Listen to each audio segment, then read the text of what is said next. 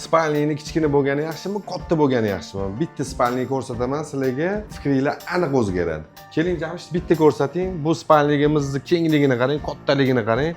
Keng spalniyda baribir odam mazza qilib dam oladi. Biz bu yerga pardalarini qo'yib berganmiz. Elektronik karnizda qo'yilgan hammasi. Mana ranglariga alohida e'tibor bering. Blackoutli, quyosh 100% to'sadi.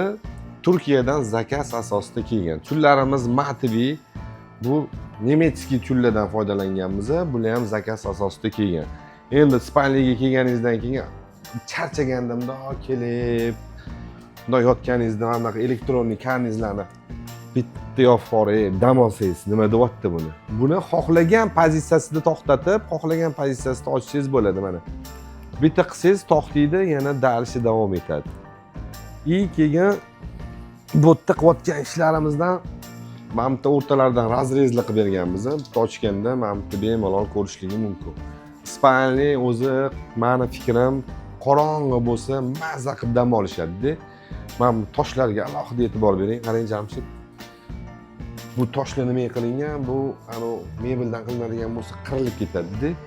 Mana ko'rdingiz-a, xona qop-qorong'i bo'ldi. Mazza qilib dam oladi odam. Endi bu yerda sanuzelimiz alohida e'tibor bering, sanuzelga. Sanuzelimiz ham spalniyimizga o'xshagan katta keng qilingan, отдельный dush, отдельно vanna. Biz bu yerga rimskiy qo'yib berganmiz. Mana bu suv ko'taradigan, bemalol ishlatadigan pardalardan foydalanganmiz. Bu ham zakaz asosida kelgan. Bu yerda suv tegsa bemalol ishlataverishadi. Mana ko'ring, vidni qarang mana buni. Mana bu yerda o'tirib, cho'milib, ayoqda ko'rinmasin desalar, shundan ham tushirib qo'yadilar. Mana bunaqasiga. Zamonaviy uylarga zamonaviy pardalardan qo'yib berganmiz. Bu yerda ko'rib turganingizdek elektronik karnizlardan foydalanganmiz.